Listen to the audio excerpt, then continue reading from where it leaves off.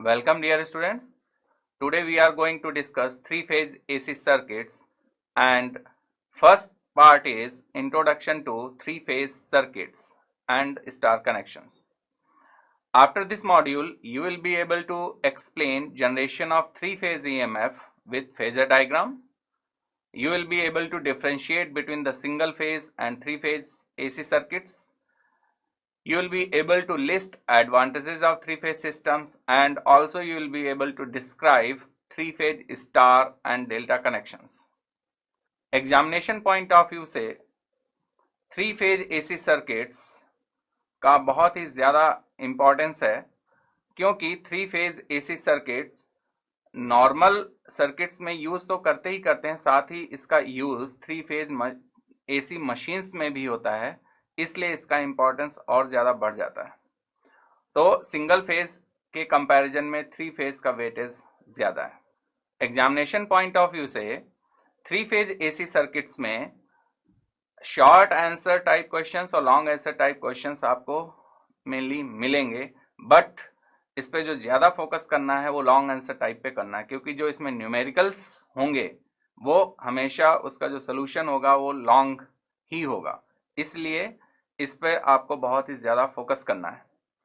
Three phase AC circuits का अगर हम लिंकिंग देखें तो हमारे जो एसी मशीन्स आने वाला टॉपिक है उसमें इसका बहुत ही ज़्यादा यूज़ होने वाला है। थ्री फेज एसी बहुत ही ज़्यादा एडवांटेजियस है और single phase AC in point of torque, in point of throughput, in point of output. So three phase AC circuits पे हमें बहुत ही ज़्यादा फोकस करना है। तो आइए स्टार्ट करते हैं introduction to three phase circuits and star connections. So in three phase AC circuits, our very first topic is generation of three phase voltage और generation of three phase EMF।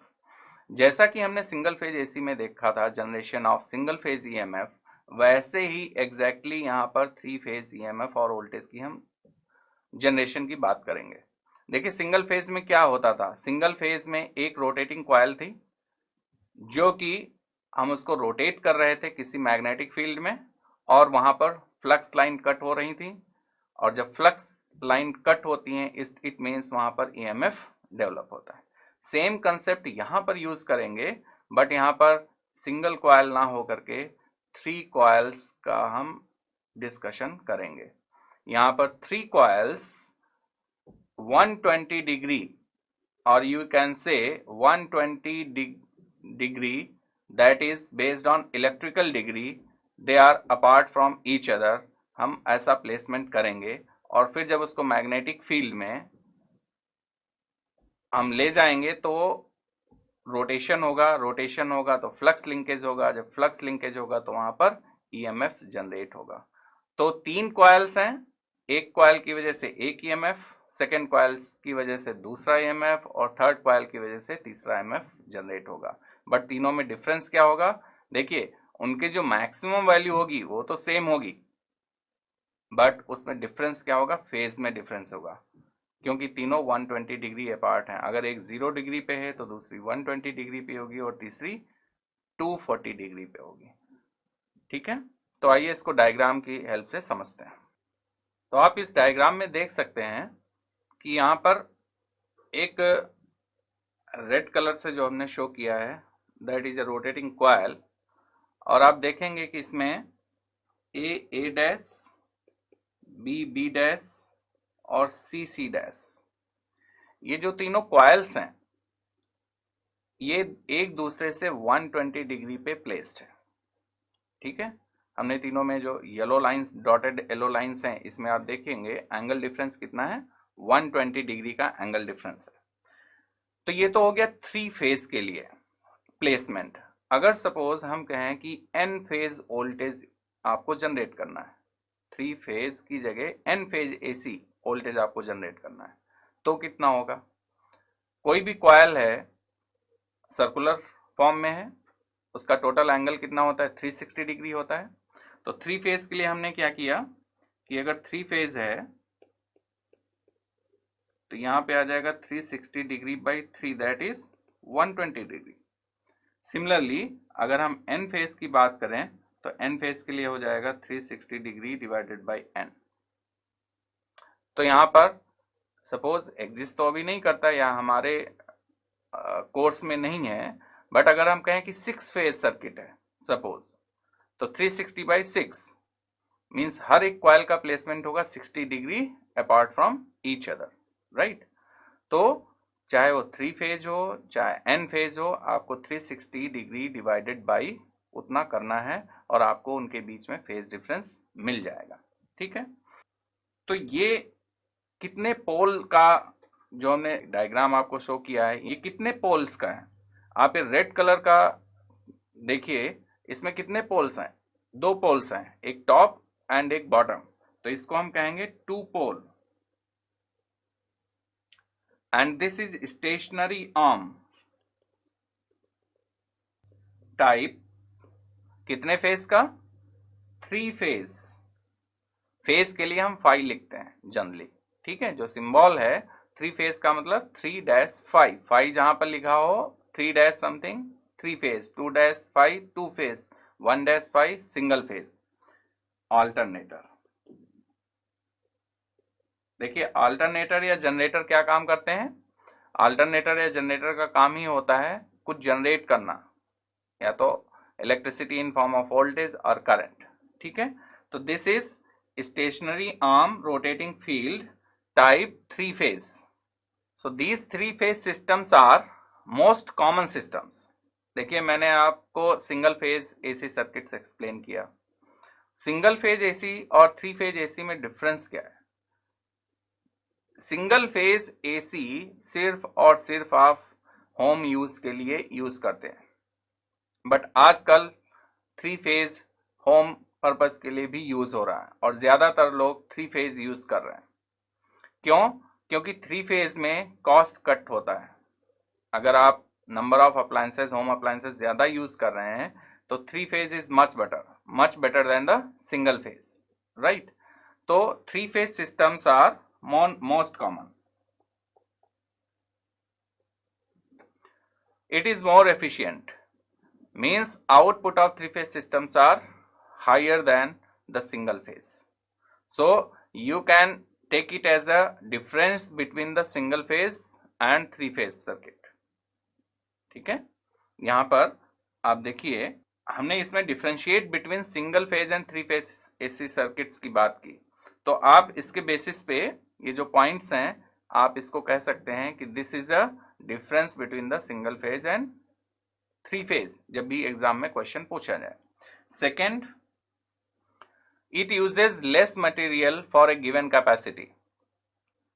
अब capacity की कैसे हम बात करते हैं, जैसे होम पर्पस के लिए आप अगर आपने इलेक्ट्रिक कनेक्शन लिया है तो आप कहेंगे कि 1 किलोवाट का या 1 केवीए का कनेक्शन हमें चाहिए, ठीक है। देखिए जो मेन कनेक्शन होता है वो टोटल पावर पे डिपेंड करता है, जो हमने आपको बताया कि apparent power, reactive power and active power. तो active power is the real power, ठीक है, और जो अपैरेंट पावर है वो टोटल पावर है। तो 1 केवीए या फिर 1 किलोवाट का जब आप कनेक्शन लेते हैं तो उसकी वो कैपेसिटी हो जाती है। लेकिन अगर हम जनरेशन की बात करें तो वहां पर भी कुछ ना कुछ यूज होता है जनरेट करने के लिए। जैसे यहाँ पर 3 कॉइल्स हैं, 1 स्टेशनरी आर्म है, 2 जिसके 2 पोल्स हैं। तो जो मटेरियल की रिक्वायरमेंट होती है, जो इंफ्रास्ट्रक्चर के लिए रिक्वायरमेंट होती है, वो 3 फेज एसी में कम होती है देन द सिंगल फेज। समझ में आया?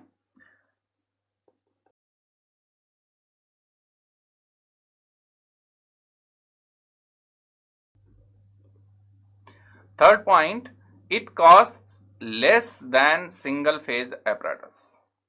अगर 3 फेज apparatus है उसकी कॉस्ट ज्यादा हो जाती है सिंगल फेज में, और 3 फेज में इसकी कॉस्ट कम हो जाती है, ठीक है। तो ये कुछ इंपॉर्टेंट डिफरेंस हैं जो कि सिंगल फेज और 3 फेज में हैं, मिल रहे हैं आपको। अब आइए हम इस डायग्राम की बात करें। इन दिस डायग्राम आप देखिए कि this is a 2 pole stationary arm rotating field type 3 phase alternator. यहां पर जो इस अल्टरनेटर का रोटेशन है ये जो आर्म मीन्स स्टेशनरी आर्म है जिसके दो पोल्स हैं, इसका जो रोटेशन है, जो इसमें 3 कॉइल्स आप यूज कर रहे हैं for generation of 3 phase EMF, ये क्लॉकवाइज हम कंसीडर कर रहे हैं। जो रेड एरो हमने अभी शो किया ये क्लॉकवाइज रोटेशन को दिखा रहा है, ठीक है। तो in this clockwise rotation it is found that the EMF induced in these 3 coils, कौन सी coils हैं? A, B, C, ये तो कंडक्टर्स हो गए, और coils यहां पर क्या फॉर्म कर रहे हैं?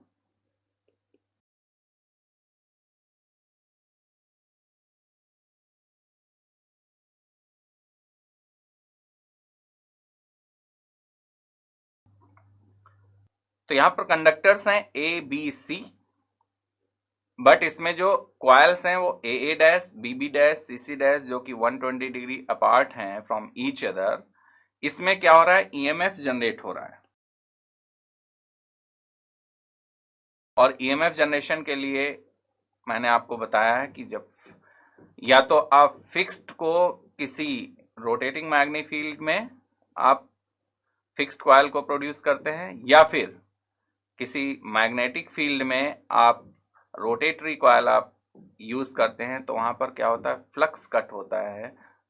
फ्लक्स मीन्स जो लाइन ऑफ फोर्सेस होती हैं उसकी वो कट होती हैं, फ्लक्स को कट करती हैं, और उसके वजह से वहां पर ईएमएफ जनरेट होता है।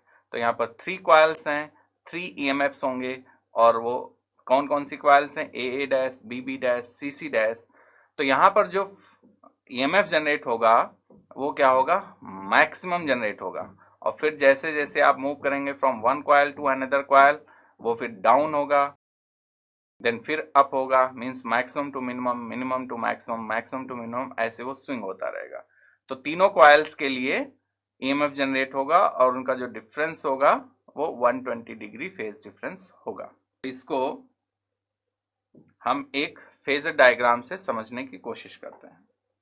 तो देखिए ये फेजर सीक्वेंस है और ये फेजर डायग्राम है। सीक्वेंस की हम बात अभी थोड़ी देर में करेंगे इसी फेजर को लेकर के। अब आप देखिए यहाँ पर ABC कॉइल को 3 डिफरेंट कलर से हमने शो किया है, और एक्चुअली यही प्रैक्टिकल केसेस में होता है, रेड, येलो एंड ब्लू। तो ये फेजर सीक्वेंस चेंज होता रहता है, रेड येलो ब्लू भी हो सकता है और रेड ब्लू येलो भी हो सकता है, ठीक है। 2 ही फेजर सीक्वेंस हमेशा बनेंगे, और ये फेजर सीक्वेंस क्यों बन रहे हैं ऐसे 2 अभी हम डिस्कस करेंगे। सबसे पहले इस फेजर डायग्राम को देखिए।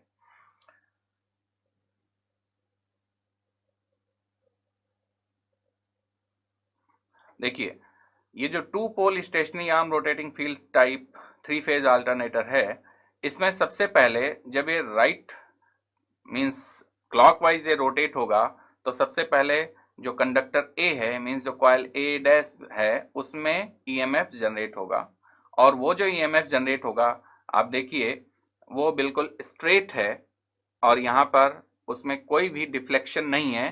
तो वो डिफ्लेक्शन जब नहीं है यहाँ पे, तो कितने डिग्री होगा? 0 डिग्री उसमें फेज डिफरेंस आएगा, क्योंकि उसी लाइन के अलोंग ये अलाइंड है। देन आफ्टर ये जब रोटेट होता रहेगा, तो यहाँ पे तो ये जो कॉइल है AA डैश के अलोंग ये अलाइंड है, यहाँ पर फेज डिफरेंस क्या है? 0। तो जब फेज डिफरेंस 0 है तो इसमें EMF EA जनरेट होगा, और A EMF की वैल्यू जो होगी EM sine omega T, equation number 1।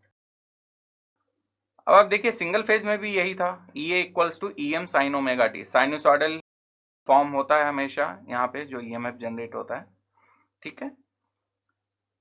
अब आगे बढ़ते हैं इसमें।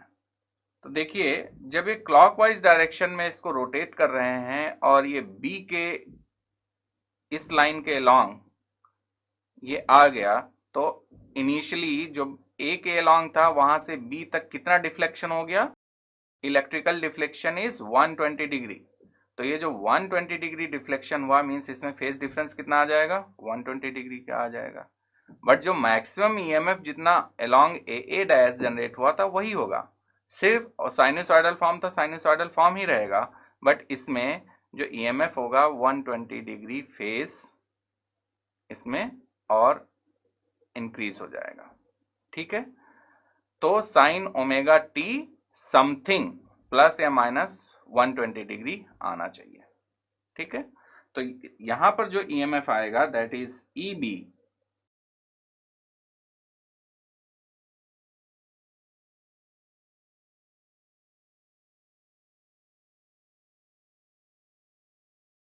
अब आप कहेंगे यहाँ माइनस 120 डिग्री हमने क्यों लिखा, तो ये तो आपको पता है कि क्लॉकवाइज डायरेक्शन में नेगेटिव एंगल होता है और एंटी क्लॉकवाइज डायरेक्शन में पॉजिटिव हम उसको लेते हैं, तो इसलिए ओमेगा टी माइनस 120 डिग्री।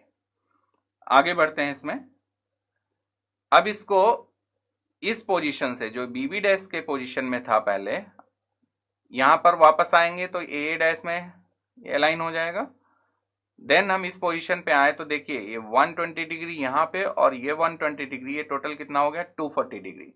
तो जब सी सी डैश के अलोंग ये आ जाएगा तो टोटल फेज रिफ्लेक्शन कितना हो जाएगा 240 डिग्री, बट मैक्सिमम ईएमएफ उतना ही रहेगा और इसका साइनोसॉइडल फॉर्म है ये भी सेम रहेगा, सिर्फ यहाँ पर फेज डिफरेंस कितना हो गया माइनस 240 डिग्री।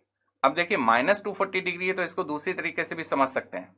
ओरिजिनल पोजीशन ये थी, तो अगर हम एंटी क्लॉकवाइज आते हैं तो यहाँ पर ये पोजीशन कितनी चेंज हो रही है 120 डिग्री चेंज हो रही है, और एंटी क्लॉकवाइज आ रहे हैं तो प्लस 120 डिग्री।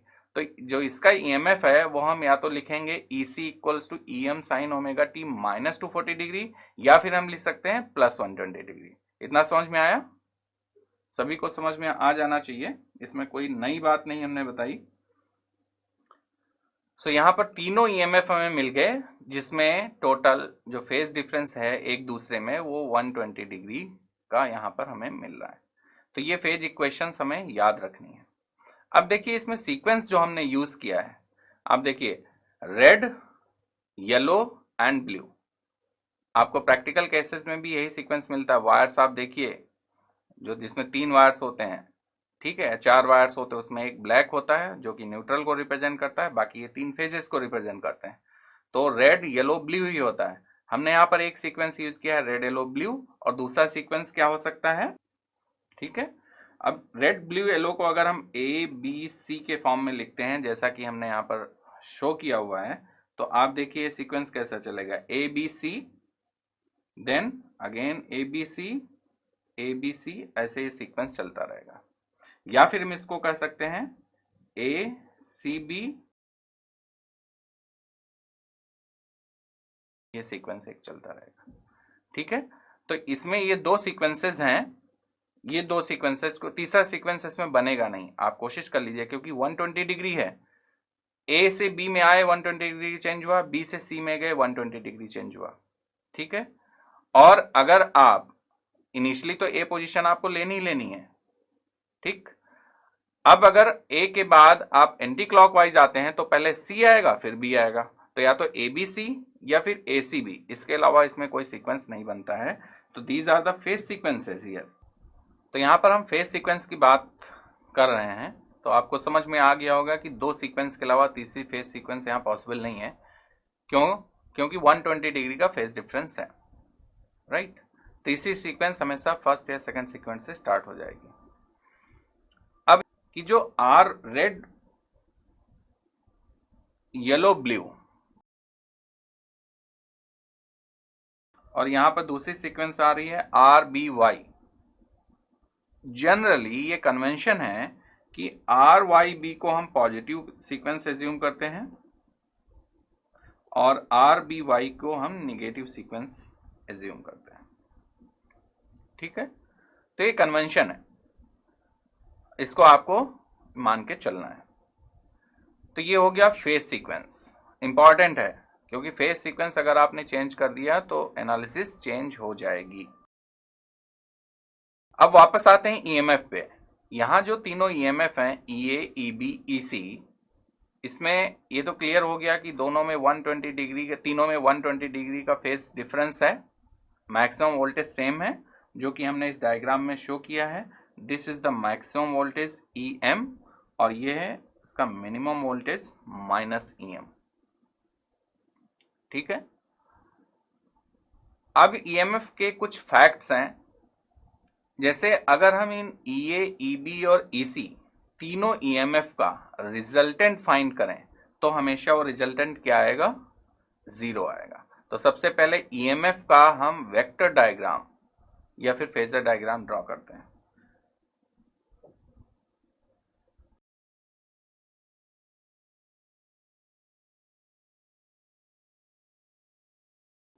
जब भी आप वेक्टर डायग्राम ड्रॉ करें तो आप ध्यान रखना है कि लगभग एंगल आप 120 डिग्री का होना चाहिए और तीनों के जो मैग्नीट्यूड है वो सेम होने चाहिए, क्योंकि ये EB EC का मैक्सिमम मैग्नीट्यूड EM है।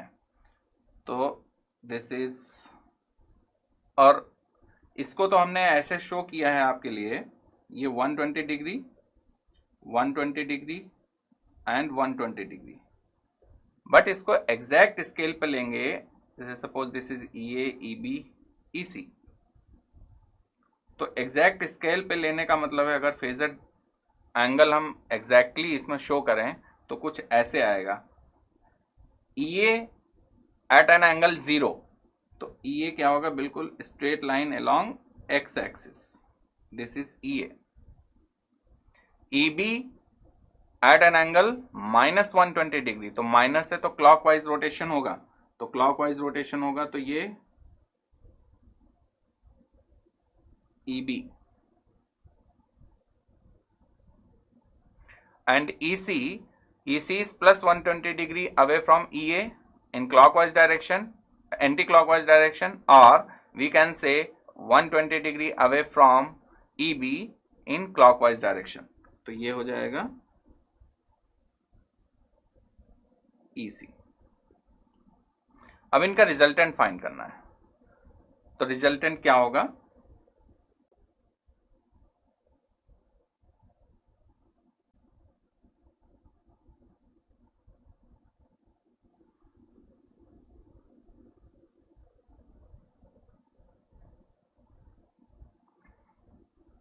रिजल्टेंट ER डैश, जो कि आप देख रहे हैं कि EC के जस्ट अपोजिट है, दोनों का मैग्नीट्यूड जो ER डैश का मैग्नीट्यूड है और EC का मैग्नीट्यूड है, मीन्स ये पार्ट, ये जो दोनों मैग्नीट्यूड पार्ट हैं ये दोनों सेम होंगे, तो दोनों के मैग्नीट्यूड सेम है बट मीन्स इक्वल हैं एंड अपोजिट डायरेक्शन है, तो इनका रिजल्टेंट क्या आएगा, 0 आएगा। तो यहाँ पर इसको चाहे वेक्टोरियली हम एक्सप्लेन करें या फिर इक्वेशन 1, 2, 3 को ऐड करके ट्रिग्नोमेट्रिकली सॉल्व करें, तीनों का रिजल्टेंट 0 ही आएगा। आप इसको ओपन करके देख सकते हैं, साइन ओमेगा टी माइनस 120 और sign omega T plus 120 equal and opposite, एक कट हो जाएंगे। देखिए मैं एक्सप्लेन करता हूँ यहाँ पे, तो आप यहाँ देखिए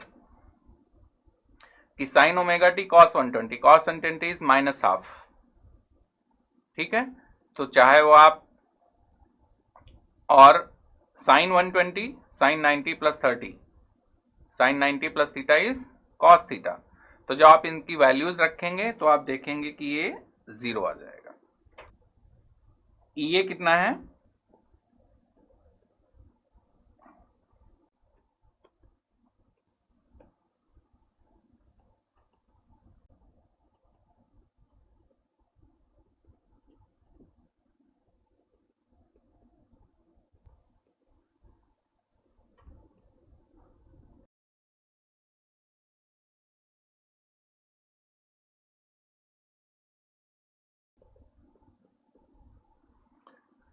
so here we have written all the values of EA, EB, EC in trigonometrical form और you can say polar form, ठीक है। अब इन तीनों EA, EB, EC को देखिए, EA, EB, EC आप स्मॉल में लिखें चाहे कैपिटल में लिखें, ये आपका रिप्रेजेंटेशन हमने स्मॉल में लिखा है तो आप स्मॉल में ले सकते हैं। अब आप यहाँ पर EA plus EB plus EC अगर ये वेक्टोरियल फॉर्म में ऐड करेंगे या पोलर फॉर्म में ऐड करेंगे तो यह क्या आ जाएगा, रेक्टेंगुलर फॉर्म में, तो 0 आ जाएगा, ठीक है। ये सेकेंड पॉइंट हो गया। एंड थर्ड, इस ग्राफ में आते हैं, ये जो हमने साइनसॉइडल ग्राफ यहाँ पर ड्रॉ किया हुआ है, इसमें हमने एक लाइन ड्रॉ किया, आप देख सकते हैं कौन सी लाइन, ये लाइन हमने ड्रॉ की यहाँ पे, ठीक है। इस पॉइंट को हमने सी लिखा, जहां पर इस फेस को कट कर रहा है, मीन्स ईबी को कट कर रहा है बी, इस लाइन को कट कर रहा है ए और डी। तो अगर आप इसको ऐड करें, कैसे, कुछ ऐसे ऐड करें आप,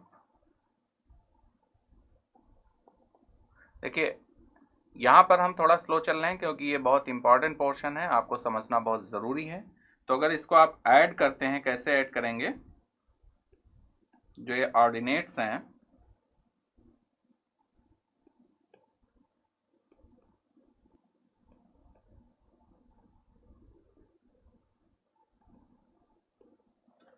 ए बी प्लस ए सी, ये तो पॉजिटिव साइड में हो गया, और नेगेटिव साइड में यहाँ पर क्या था, ए डी।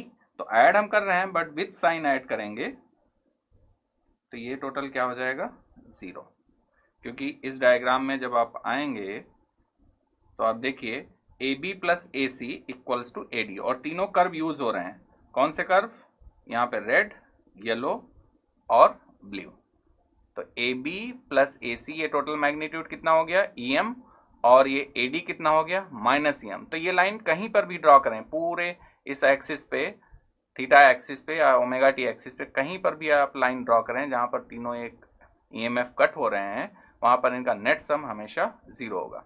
तो हमने 3 मेथड आपको बताया कि ये जो रिजल्टेंट ईएमएफ है, चाहे उसकी इंस्टेंटेनियस वैल्यू हमेशा टिग्नोमेट्रिकल फॉर्म में लिखी जाती है, equals to E M sine omega t, उस फॉर्म में ऐड करें, चाहे वेक्टोरियल फॉर्म में ऐड करें, या फिर जो हमने साइनोसॉइडल कर्व ग्राफ ड्रॉ किया है उसके ऑर्डिनेट्स को ऐड करें, ये टोटल वैल्यू क्या आएगी, 0 आएगी।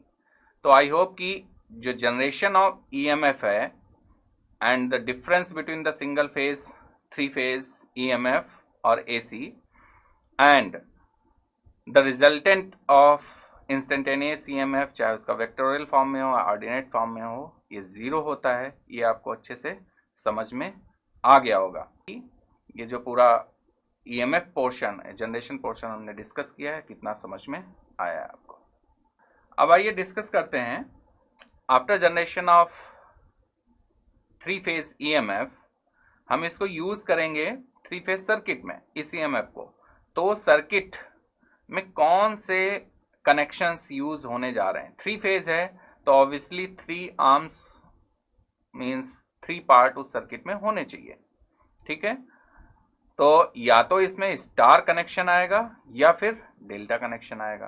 तो हम ये inter connection of star and delta पहले देखते हैं, उसमें ईएमएफ कैसे इंड्यूस होगा, और फिर हम उसको आगे बढ़ेंगे, फिर हम देखेंगे कि इसके एडवांटेजेस क्या हैं 3 फेज एसी सिस्टम के।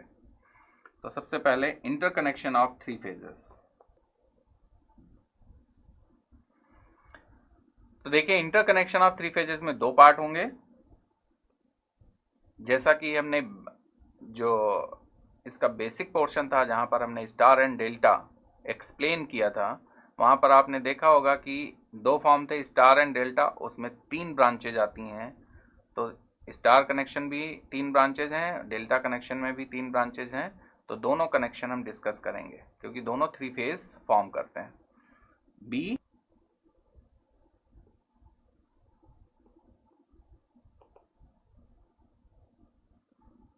सो 1 बाय 1 यहाँ पर डिस्कस करेंगे। तो यहाँ पर आप देखिए ये स्टार कनेक्शन है, सेंटर पॉइंट हमने यहाँ पे एन मेंशन किया है, दैट इज अ न्यूट्रल।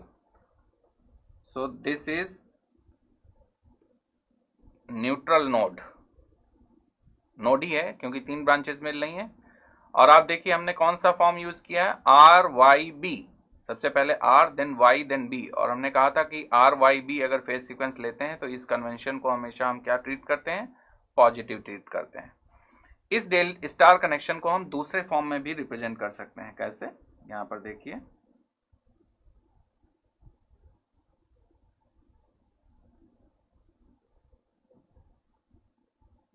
क्योंकि तीनों एक ही पॉइंट पे मिल रहे हैं, ये तीनों का एक पॉइंट हो गया, और 4th पॉइंट क्या है, न्यूट्रल, तो इसी पॉइंट पे कनेक्टेड है।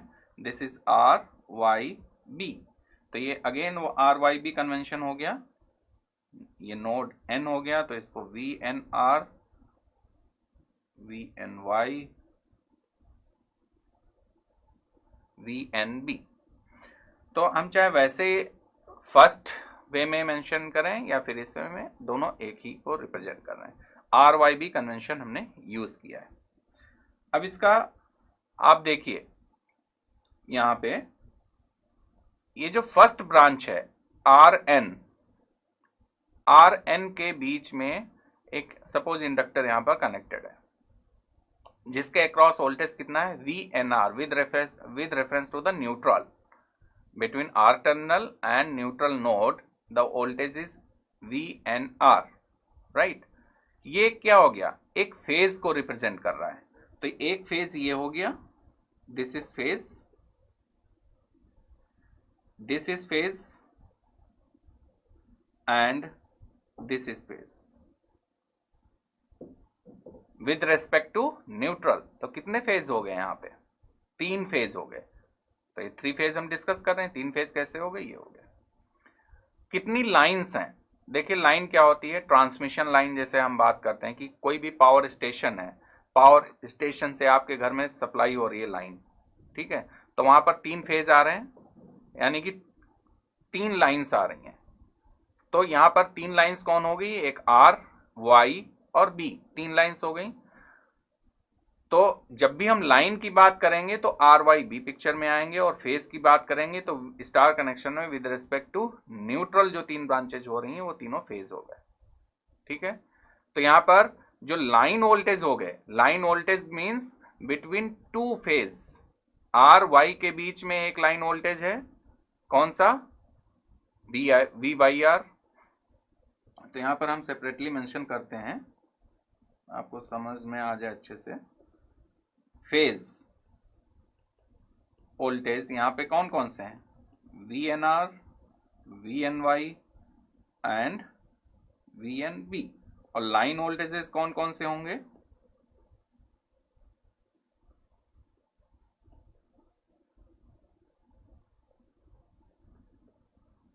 These are the line voltages, ठीक है। तो आपको क्लियर हो गया फेज वोल्टेज, लाइन वोल्टेज। अब इसमें कुछ करंट्स फ्लो कर रही होंगी, तो हर एक लाइन में करंट फ्लो करेगी। जैसे आप यहाँ पर देखेंगे, अगर ये सपोज लोड है, जो हमने स्टार कनेक्शन यहाँ पर दिखाया है, अगर एक लोड है तो सप्लाई मीन्स जनरेटर कहीं दूसरे एंड पे होगा, जो पावर स्टेशन होगा वहां जनरेटर है, तो वहां से जो लाइन आ रही है R, इसमें करंट कितनी फ्लो करेगी, IR। और चूंकि ये स्टार कनेक्शन है तो आप देखिए IR फर्स्ट में, यहाँ पर आप देखिए ये जो IR इसमें से फ्लो होगी वो इस ब्रांच में आ जाएगी न्यूट्रल से कनेक्ट। वैसे ही जो IY फ्लो करेगी वो किस में चली जाएगी, इस ब्रांच में। तो यहाँ पे ये तो फेज हो गया और ये लाइन हो गया, तो लाइन करंट और फेज करंट यहाँ पे क्या हो रही हैं, सेम हो रही हैं। चलो वो तो आगे का डिस्कशन पॉइंट है हमारा, फिलहाल यहाँ से आपको समझ में आ जाना चाहिए जो हम समझाने की कोशिश कर रहे हैं।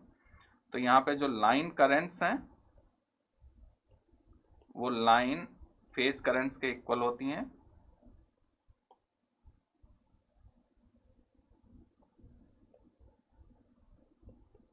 और ये होंगी IR, IB, IY। इतना समझ में आ गया। तो ये फेज वोल्टेजेस और लाइन वोल्टेज आपको आई थिंक क्लियर है। अब इसमें इसका फेजर डायग्राम ड्रॉ कर,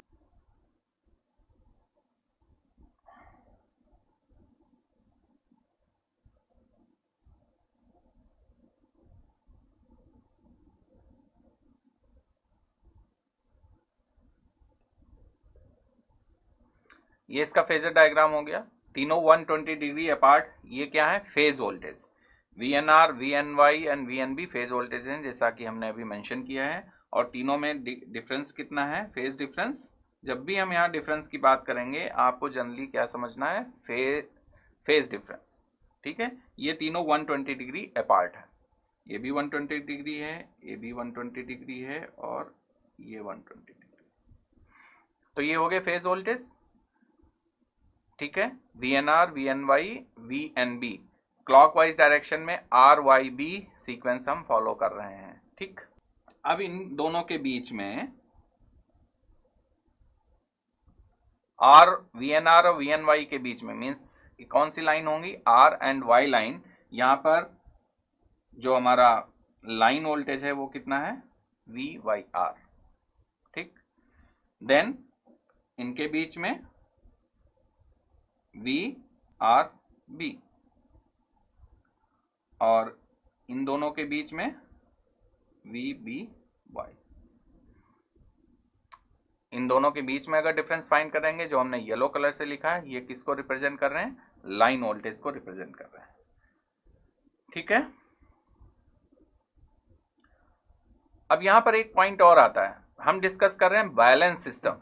this is a balance system.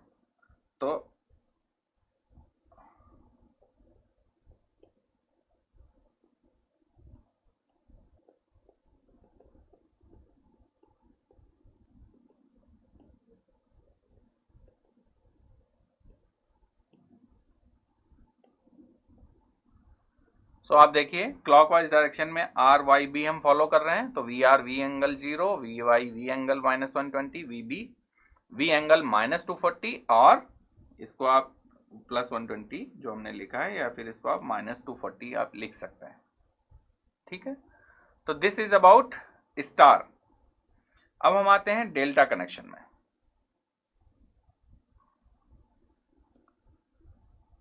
In delta और मेश कनेक्शन क्या डायग्राम होगा इसका,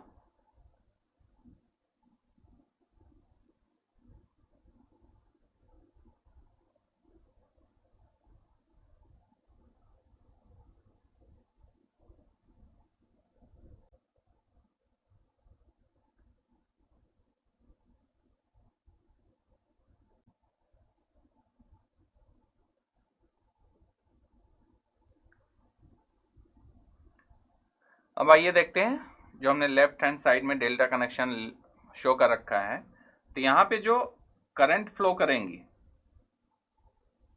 आई आर, आई बी और I Y, these are the line currents. क्योंकि ये लाइंस आ रही हैं ट्रांसमिशन से, सिस्टम से, मींस पावर हाउस से। तो आई आर आई बी ये ग्रिड से आ रही हैं, पावर हाउस से आ रही हैं, कुछ भी आप कह सकते हैं, या फिर जहां पर इलेक्ट्रिसिटी जनरेट हो रही है वहां से आ रही हैं। तो ये लाइन करंट्स हो गई। जब ये फेज में जा रही हैं, तो आप किसी एक फेज में आइए। जैसे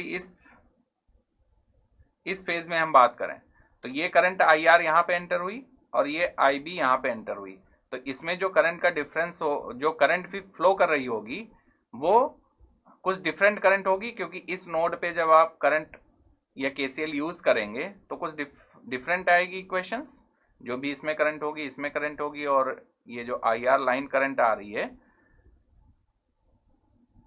उसके अकॉर्डिंग यहाँ पे करंट क्या होनी चाहिए, this is I B R between B terminal and R terminal. यहाँ पे जो करंट फ्लो कर रही है आई आर वाई, और जो इसमें करंट फ्लो कर रही है आई वाई बी। ठीक है, अब किसी भी नोड पे अगर नोडल एनालिसिस लगाएंगे तो आई आर की वैल्यू क्या होगी, सपोज एट नोड आर, तो I R is what, I B R is the incoming current minus R I R Y is the outgoing current. आप ऐसे लिख सकते हैं, या फिर इसमें आप डिफरेंस लिखिए। ठीक है, यहाँ पे ये डिफरेंस साइन यूज कीजिए, क्योंकि डिफरेंस तो होना है। Incoming current equals to outgoing current, वो सम करेंगे, दूसरे साइड में ले जाएंगे। तो इनकमिंग करंट्स आर, ये जस्ट रिवर्स हो गया, इसको हम चेंज करते हैं। What are the incoming currents, incoming currents are I R and I B R equals to I R Y. तो इसको हम लिख सकेंगे I R Y minus I B R, ऐसे लिख देंगे। ठीक है, सिमिलरली आप आई बी की वैल्यू लिख सकते हैं, आई बी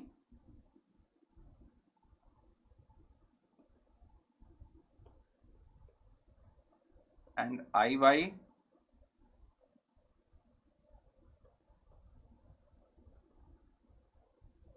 तो ये तीनों लाइन करंट्स होंगी। तो यहां पर फेज करंट्स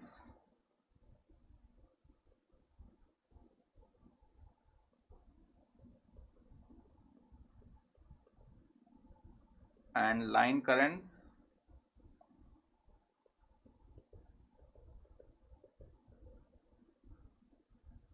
अब आते हैं फेज वोल्टेज और लाइन वोल्टेज इन डेल्टा कनेक्शन। तो इस पर्टिकुलर कनेक्शन में आप देखिए कि the voltage difference between this point and this point will be the voltage difference between here and here. तो ये तो फेज हो गया और ये हो गया लाइन। तो यहाँ पर इसको हम कुछ ऐसे दिखा सकते हैं, इसके बीच में जो हमारा फेज वोल्टेज है VRB, और यहाँ पर जो फेज वोल्टेज आएगा VRB is the line voltage और between R and B phase is the phase voltage. तो VRB ही जो लाइन वोल्टेज है वही फेज वोल्टेज होगा, क्योंकि जो पैरेलल में होते हैं वोल्टेजेस सेम होते हैं। सिमिलरली बिटवीन जो B एंड Y है वो यहाँ पर ये वोल्टेज होगा, और एक voltage between R and Y, तो R and Y is YR। तो यहाँ पर जो फेज वोल्टेज होगा equals to line voltage equals to VRB, VBY and VYR। तो यहां से कंक्लूजन क्या निकला? Conclusion is we can write for both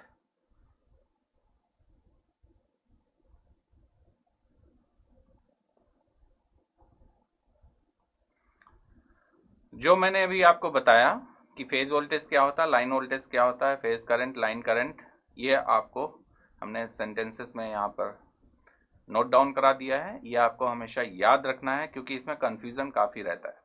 in the starting बहुत ही कंफ्यूजिंग है, ठीक है। फिर धीरे धीरे जैसे आप प्रैक्टिस करेंगे तो ये ओके हो जाएगा।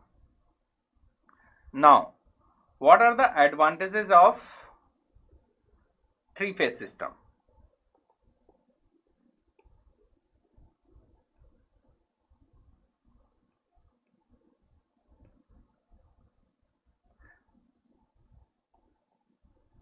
जैसा कि मैंने आपको पहले बताया था कि जो मटेरियल यूज होता है थ्री फेज में that is much lesser than the single phase AC generation. तो फर्स्ट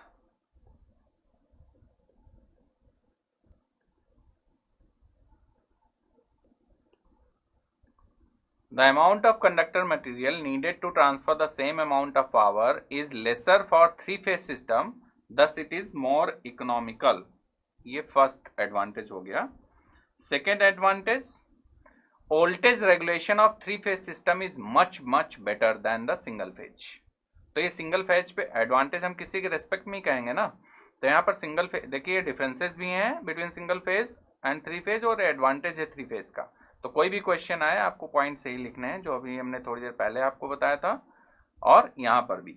तो सेकेंड पॉइंट इज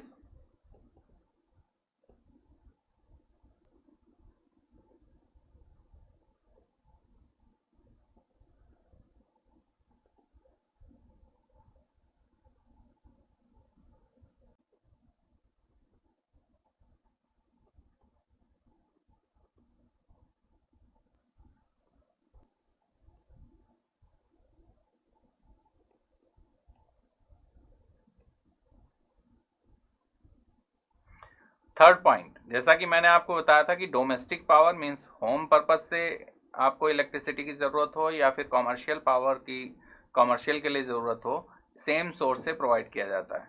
जबकि कॉमर्शियल के लिए हमेशा थ्री फेज यूज होता है और होम के लिए single phase and three phase दोनों होता है, ठीक है। तो सिंगल फेज जो पावर स्टेशन होंगे वहाँ पे आपको सिर्फ सिंगल फेज होम पर्पज के लिए आएगी, कॉमर्शियल के लिए नहीं जा सकती, इसलिए कॉमर्शियल के थ्री फेज का जनरेशन आपको सेपरेट करना पड़ेगा। तो क्यों ना हम एक ही जगह करें, थ्री फेज की रिक्वायरमेंट होम में भी होती है, इंडस्ट्रियल में होती है, तो सेम सोर्स से आपको सप्लाई प्रोवाइड की जा सकती है, ठीक है। नेक्स्ट एडवांटेज इज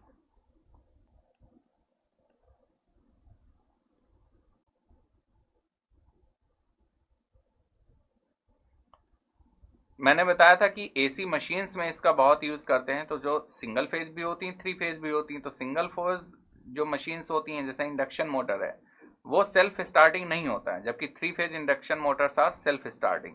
तो जब सेल्फ स्टार्टिंग है वहां पर टाइम एंड आउटपुट दोनों बेटर होगा। Next point,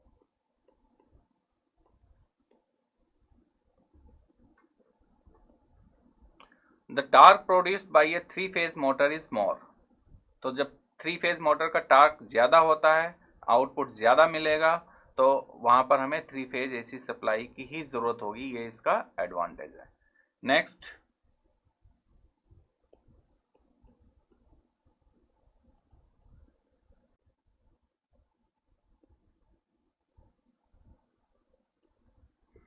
next point is related to the previous one. For a given size of frame, 3 phase generators provide more output. Okay, so output, time, efficiency, torque, हर एक के मामले में 3 phase systems are AC systems are better than the single phase. So these are the advantages. I hope कि star delta connection और उसके advantages आपको ये समझ में आ गए होंगे।